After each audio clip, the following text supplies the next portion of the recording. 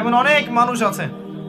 গতকালকে আমাকে আমার পরিবারের একজন বলছে যে আমার একজন ছাত্রী আছেন, এই ছাত্রী আমার না, মানে আমার ওয়াইফের, আমার আমার একজন ছাত্রী আছে, আমার কোর্স করে, সে আমাকে একটা মেসেজ দিয়েছে।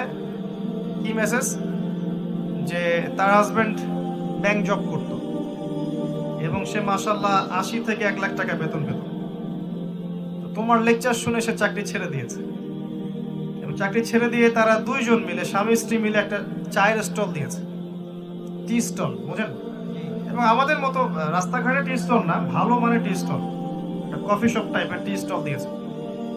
এখন দেয়ার এই ৩-৪ মাস পর সে মেসেজ করেছে আমার ওয়াইফের কাছে যে আগে অনেক টাকা আসতো কিন্তু পরিবারে বরকত ছিল না, এখন চা বিক্রি করে খাচ্ছি আমরা কিন্তু পরিবারে বরকত আছে। তো কিছু মানুষের মন কিন্তু পরিবর্তন হচ্ছে।